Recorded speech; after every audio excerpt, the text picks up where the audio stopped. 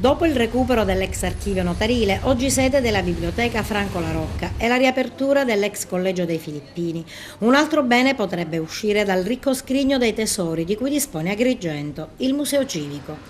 Istituito nel 1863, l'edificio subì diversi rifacimenti ed ampliamenti e fu anche convento dei padri agostiniani. Il progetto di ristrutturazione e restauro è datato 1978, ma tra intoppi e malaburocrazia soltanto nel 1991 sono cominciati i primi lavori.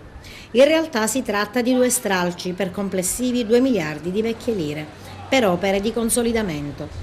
Da 10 anni tutto è fermo, il terzo lotto è pronto, ma malgrado la redazione del progetto esecutivo non si è ottenuto il finanziamento regionale. Sul Museo Civico ha deciso di intervenire la Fondazione Agire Insieme di Totò Moncada, che ha già presentato al sindaco Marco Zambuto quella che tecnicamente è la richiesta di sponsorizzazione delle opere di completamento funzionale e messa in esercizio dello storico complesso immobiliare di Piazza Pirandello. Adesso è la volta del Comune che, in base al regolamento sugli accordi di collaborazione e sponsorizzazione, potrà accogliere la proposta ed entro 30 giorni integrare il programma triennale delle opere pubbliche con un allegato che prevede la ricerca di sponsor per il cofinanziamento del completamento del Museo Civico e l'approvazione del piano esecutivo di gestione,